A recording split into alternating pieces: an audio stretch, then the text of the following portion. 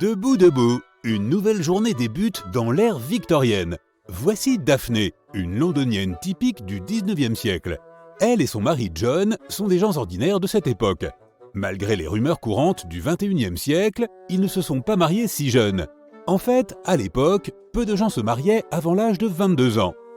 Il serait bien plus facile de se lever s'il ne faisait pas si froid dans leur maison. Daphné et John ne sont pas très riches. Ils ne pouvaient donc pas s'offrir le chauffage central de style victorien, qui consiste en une cheminée à charbon avec des grilles en fer. Pourtant, même les classes plus aisées qui en sont équipées n'ont pas spécialement envie de l'allumer, car ce type de chauffage revient assez cher. Donc, la seule chose qui empêche Daphné et les autres londoniens de geler dans leur maison est un vieux tapis. Et oui, tu ne veux vraiment pas marcher sur ce sol pieds nus. Pour couronner le tout, en raison de l'absence totale de ventilation dans les pièces, l'air de toutes les maisons victoriennes est assez étouffant. Les médecins préconisent donc d'ouvrir les fenêtres pendant la nuit pour laisser sortir toutes les mauvaises odeurs. Daphné se réveille généralement seule car son mari travaille à l'usine et doit être ponctuel. Pour cela, il fait appel au service des knocker-uppers. Ces gens se promènent dans les rues tôt le matin et tapent tout simplement sur les carreaux des fenêtres. C'est une alternative plutôt économique aux montres et aux horloges. Pour démarrer sa journée du bon pied, au moyen d'une toilette sommaire, tout ce dont Daphné a besoin, c'est d'un bol, d'un seau, d'un morceau de tissu et de savon. L'ingrédient principal est une cruche d'eau chaude pour rendre cette routine matinale plus agréable. De plus, le savon victorien ne mousse tout simplement pas dans l'eau froide. Une petite astuce, il est plus simple et moins frigorifiant de se laver le corps partie par partie. Quant aux soins cosmétiques, c'est évident, il n'y avait pas de salon de manucure. Mais même s'il y en avait eu, il n'aurait pas été très populaire auprès des femmes de la classe ouvrière. Des ongles roses et une peau douce étaient des signes d'oisiveté, laquelle n'était pas du tout au goût du jour. Au contraire, les dames nobles de l'époque victorienne avaient certaines règles pour leurs ongles. Pas de taches ni d'éraflures, les ongles devaient être ovales et aucune couleur n'était autorisée. Alors que les grandes dames utilisaient du citron pour protéger leurs mains des taches de rousseur, les femmes prolétaires comme Daphné optaient pour du saindoux afin d'adoucir leur peau. Daphné et de nombreuses autres femmes victoriennes travaillent à la maison. Non, elle n'a pas à répondre à une douzaine d'appels sur Zoom chaque jour, mais elle est plutôt douée en couture, de sorte qu'elle peut travailler en chemise de nuit comme beaucoup de gens le font aujourd'hui. Contrairement à sa femme, John travaille 16 heures par jour dans une usine, et c'est tout à fait normal pour l'époque victorienne. Mais s'il était avocat, par exemple, il travaillerait moins, de 8 heures à 19 heures. Quant aux bourgeois, ils se consacraient généralement à leurs affaires de 10 heures à 16 heures.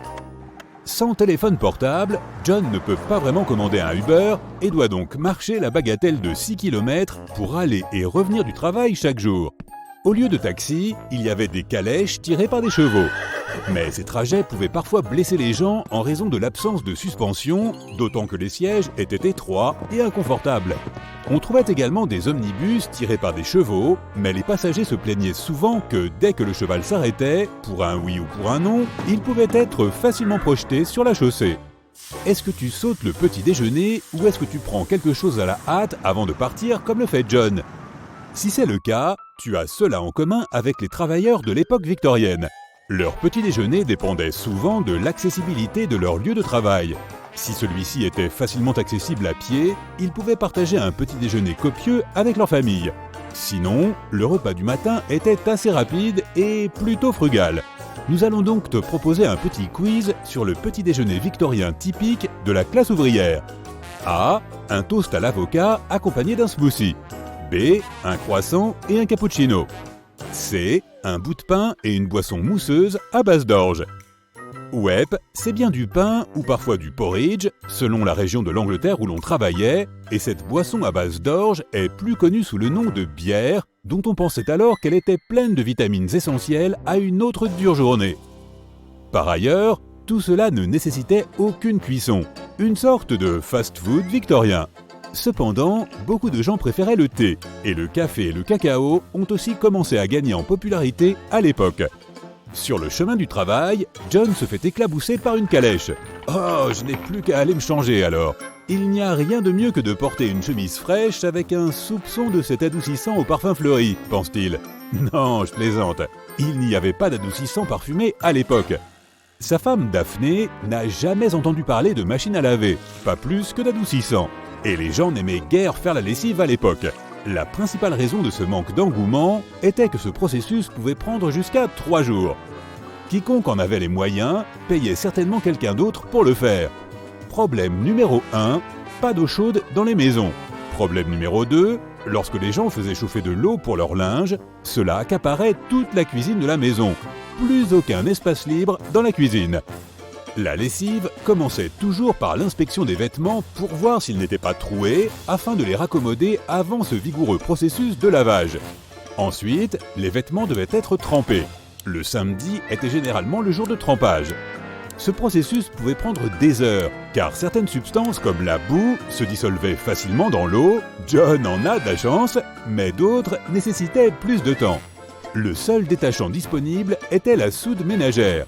Le lundi matin, les vêtements étaient bien trempés et prêts à être lavés. Certaines personnes utilisaient du savon sur les endroits où la graisse avait tendance à s'accumuler, comme les cols, mais le savon demeurait assez cher.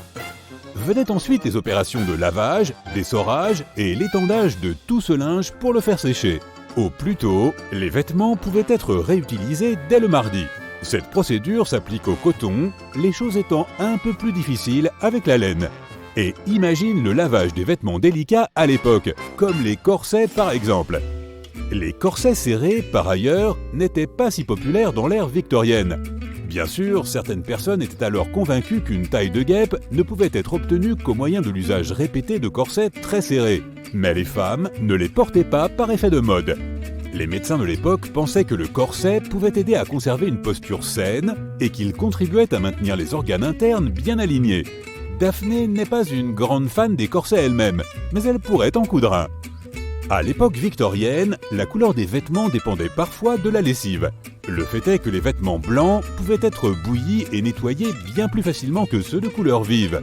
Donc les plus jeunes portaient souvent du blanc pour enlever facilement les taches si nécessaire. Plus ils grandissaient, plus les couleurs devenaient présentes. Fait amusant, le rose, en tant que version plus pâle du rouge, lequel était considéré comme une teinte forte et masculine, était destiné aux garçons. Les filles préféraient plutôt les teintes bleues. Vers les années 1940, la tendance s'est inversée et le rose a commencé à être associé aux filles. Daphné fabrique aussi souvent ses vêtements roses et bleus et gagne environ 10 shillings par semaine, comme autant d'autres couturières. Avec cet argent, Daphné peut facilement s'acquitter d'un loyer hebdomadaire de 6 shillings. Le reste, elle peut le consacrer à l'achat de nourriture ou d'autres commodités essentielles. Avec 1 shilling, elle peut acheter assez de thé pour une semaine. 5 miches de pain coûtent environ 12 pence, soit l'équivalent d'1 shilling. Bonne nouvelle pour les végétariens, 12 pence permettent d'acheter environ 8 kg de légumes. Un sac de charbon coûte environ 1 shilling. Tu comprends maintenant pourquoi Daphné et John n'ont pas de cheminée. Personne n'a envie de brûler littéralement son argent. De plus, pour 1 shilling, John peut se payer une nouvelle tenue, au cas où ses vieux vêtements n'auraient pas résisté à ce lavage vigoureux après que la calèche l'ait éclaboussé. Pour en revenir aux installations, qu'en est-il des toilettes ? Les premières toilettes publiques d'Angleterre ont été ouvertes en 1851 et elles ont même été présentées à l'exposition universelle de cette année-là. Les toilettes victoriennes avaient généralement des tuyaux en forme de S. Leur but était de tenir les odeurs à distance, car on pensait que les mauvaises odeurs étaient dangereuses pour la santé, sans parler du dégoût qu'elles suscitaient. Mais encore une fois, il s'agissait là d'un luxe. Les appartements ordinaires et les maisons rurales avaient des installations bien moins confortables. Désolé, Daphné préfère ne pas s'étendre sur le sujet. Le soir, il n'y a bien sûr pas de télévision, ni même de lumière électrique. Dès que le ciel devient sombre, il n'y a aucun sens à rester éveillé. En fait, cela coûte même une jolie somme. Les bougies et l'huile pour les lampes n'est pas vraiment bon marché. Daphné a terminé une autre robe dans l'après-midi. Il est donc inutile de brûler une bougie. Allez, bonne nuit!